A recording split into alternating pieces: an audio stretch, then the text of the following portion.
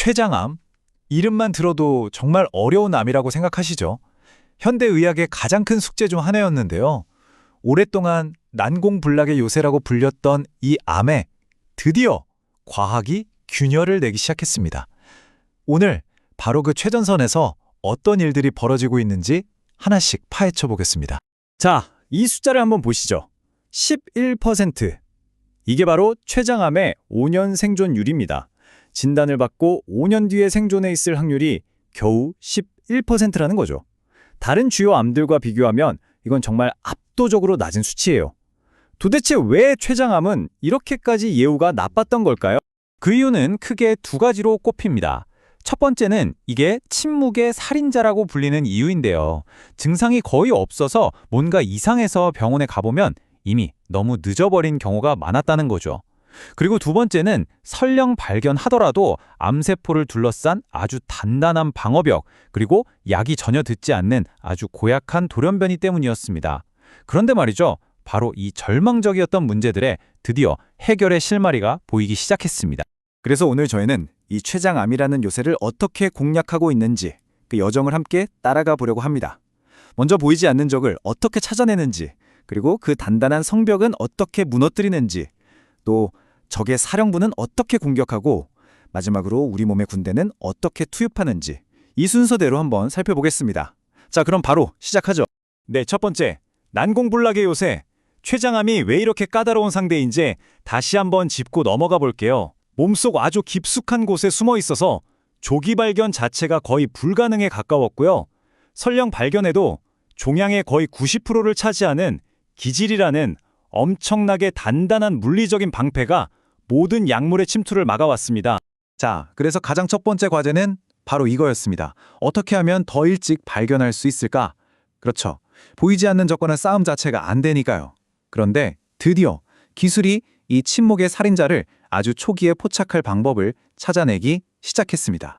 여기서 기존 방식과 새로운 방식의 차이가 정말 극명하게 드러나는데요. 예전에 쓰던 CA19-9라는 혈액 검사는요, 초기 암은 거의 다 놓쳤다고 봐도 될 정도였고요. 심지어 어떤 사람들은 유전적으로 이 표지자 자체를 만들지 못해서 아예 검사가 무용지물이었습니다. 하지만 이제 액체 생검이라는 기술이 등장하면서 이 모든 판도를 완전히 뒤집고 있습니다. 아니, 어떻게 피 한 방울로 암을 찾아낸다는 걸까요? 그 비밀은 바로 엑소좀에 있습니다. 이 엑소좀을 쉽게 말하면 암세포가 내보내는 자기 아바타 같은 거예요. 이 작은 주머니 안에 자기 DNA나 RNA 같은 유전 정보를 담아서 내보내는 거죠. 핵심은 이 엑소좀이 정보를 아주 안전하게 보호하는 캡슐 역할을 한다는 겁니다. 그래서 혈액 속에서도 파괴되지 않고 떠다니는 암의 증거를 기존 기술보다 훨씬 더 정확하게 잡아낼 수 있게 된 거죠. 그리고 그 결과가 정말 놀랍습니다. 무려 97%. 여러분, 이건 그냥 정확도가 높네? 이 수준의 이야기가 아닙니다. 이게 무슨 뜻이냐면요. 수술로 완치를 바라볼 수 있는 바로 그 1기, 2기의 아주 초기암을 이 정도 확률로 찾아낼 수 있게 됐다는 거예요. 이건 정말 진정한 의미의 혁신이라고 할 수밖에 없습니다. 여기에 또 하나의 강력한 아군이 등장했습니다. 바로 인공지능이죠. AI는요, 숙련된 영상의학과 의사의 눈으로도 찾아내기 힘든 아주 미세한 변화를 CT 영상에서 먼저 포착해냅니다. 이걸로 진단 시점을 몇 달, 심지어는 1년 가까이 앞당길 수 있는 엄청난 잠재력을 보여주고 있어요. 자, 좋습니다. 이제 암을 일찍 발견했다고 해보죠. 그럼 다음 관문은 뭘까요? 바로 종양의 90%를 차지하는 기질이라는 아주 단단한 섬유질 방패입니다. 이 방패가 말 그대로 성벽처럼 딱 버티고 서서 항암제가 들어오는 길을 원천봉쇄해버리는 거죠. 처음에 과학자들은 좀 단순하게 접근했어요. 이 방패를 그냥 부셔버리면 되는 거 아니요? 이렇게요. 그래서 이 기질을 아예 녹여버리는 약물을 개발해서 시도했습니다. 그런데 결과는 정말 처참한 실패였어요. 알고 보니 이 방패는 약물을 막는 장벽이기도 했지만 동시에 암세포가 다른 곳으로 퍼져나가지 못하게 가둬두는 감옥 역할도 하고 있었던 겁니다. 섣불리 감옥벽을 부셨다가 안에 있던 죄수들이 사방으로 탈출해버린 꼴이 된 거죠. 이 값비싼 실패는 정말 중요한 교훈을 남겼습니다. 아, 이걸 무작정 부수는 게 답이 아니구나. 대신 현명하게 리모델링을 해야 하는구나.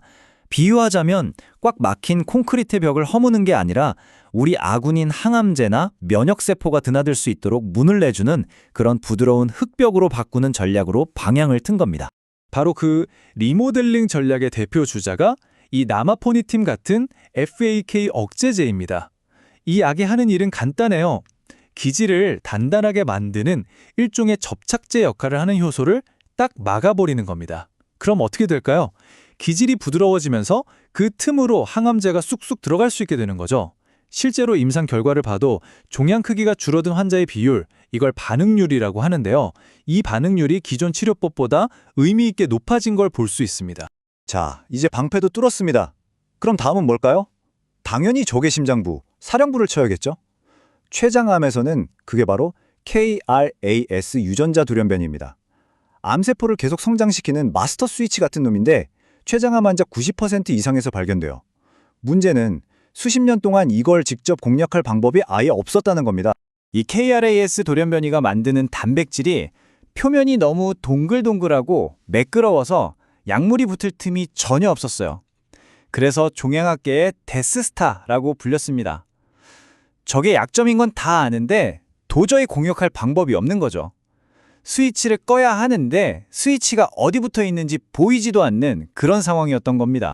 하지만 이제 그 공략 불가능의 시대는 끝났습니다.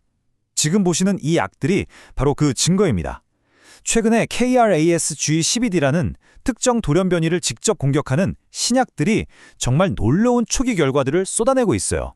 예를 들어 저 HRS4642 같은 약물은 암이 더 이상 커지지 않게 막아주는 질병 통제율이 무려 80%에 육박합니다.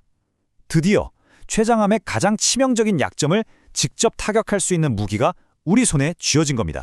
자, 이제 다음 이야기로 넘어가 보죠. 바로 면역 항암제입니다. 다른 여러 암에서는 정말 혁명이라고 불릴 정도로 엄청난 효과를 보여줬잖아요. 그런데 유독 췌장암 앞에서는 번번이 실패했습니다. 왜 그랬을까요? 그 이유는 췌장암이 면역세포가 한 톨도 없는 면역 사막, 다른 말로 차가운 종양이었기 때문이에요. 이 차가운 종양과 뜨거운 종양의 개념이 정말 중요한데요. 보시면 차가운 종양은 우리 몸을 지키는 군대, 즉 면역 T세포가 아예 없는 비무장지대 같은 곳입니다. 반면에 뜨거운 종양은 암세포와 면역세포가 치열하게 싸우고 있는 전쟁터죠. 면역항암제는 우리 군대에게 더 강력한 무기를 쥐어주는 역할을 하는데 애초에 군대가 없는 곳에서는 아무 소용이 없었던 겁니다. 그렇다면 방법은 하나죠. 이 차가운 사막에 우리 군대를 보내면 되는 겁니다. 어떻게? 바로 여기서 우리에게 아주 익숙한 mRNA 기술이 등장합니다. 코로나19 백신으로 유명해졌죠. 근데 이건 예방용 백신이 아니에요. 스스로 암을 떼어낸 다음에 그 환자 개인의 암세포 정보를 이용해서 맞춤형 백신을 만드는 겁니다. 그리고 이걸 우리 몸에 주입해서 면역세포들에게 일종의 수배 전단을 뿌리는 거죠. 바로 이런 특징을 가진 놈들을 찾아서 전부 없애라고 훈련시키는 아주 강력한 치료용 백신입니다. 또 다른 방법도 있습니다. 다른 약물을 이용해서 잠자고 있는 면역체계를 깨우는 거죠. 이 그래프를 한번 보세요. 면역항암제만 단독으로 썼을 때는 반응률이 1%도 채 안 됩니다. 거의 효과가 없다는 거죠. 그런데 BXL701이라는 약물이랑 같이 썼더니 암의 성장을 억제하는 질병 통제율이 39%까지 수직 상승합니다. 이 약이 마치 여기에 적이 있다 하고 사이렌을 시끄럽게 울려서 우리 몸의 군대를 그 차가운 종양으로 불러 모으는 역할을 한 셈입니다. 자, 지금까지 정말 많은 이야기를 했는데요. 이걸 한번 종합해 볼 시간입니다. 이제 확실해진 건 췌장암 치료의 미래는 어떤 하나의 마법 탄환, 즉 특효약 하나에 달려있지 않다는 겁니다. 그보다는 지금까지 우리가 살펴본 이 모든 새로운 전략들을 아주 지능적으로 조합하는 다각적인 총공세에 그 해답이 있습니다. 핵심은 이 모든 돌파구가 거의 동시에 일어나고 있다는 점이에요. 액체 생검과 AI로 적을 아주 일찍 발견하고 기질을 리모델링해서 성벽을 무력화하고 KRAS 억제제로 적의 사령부를 직접 타격하고 마지막으로 mRNA 백신 같은 걸로 우리 군대까지 활성화시키는 이 모든 무기를 이제 동시에 손에 쥐게 된 겁니다. 그렇기 때문에 앞으로 췌장암 치료에 대해서는 바로 맞춤형 병용요법이 될 겁니다. 환자 한 명 한 명의 특성에 맞춰서 우리가 가진 이 모든 무기들을 정교하게 조합하는 거죠. 어떤 환자에게는 표적 치료제와 기질 조절제를, 또 다른 환자에게는 면역 항암제와 백신을 조합하는 식으로요.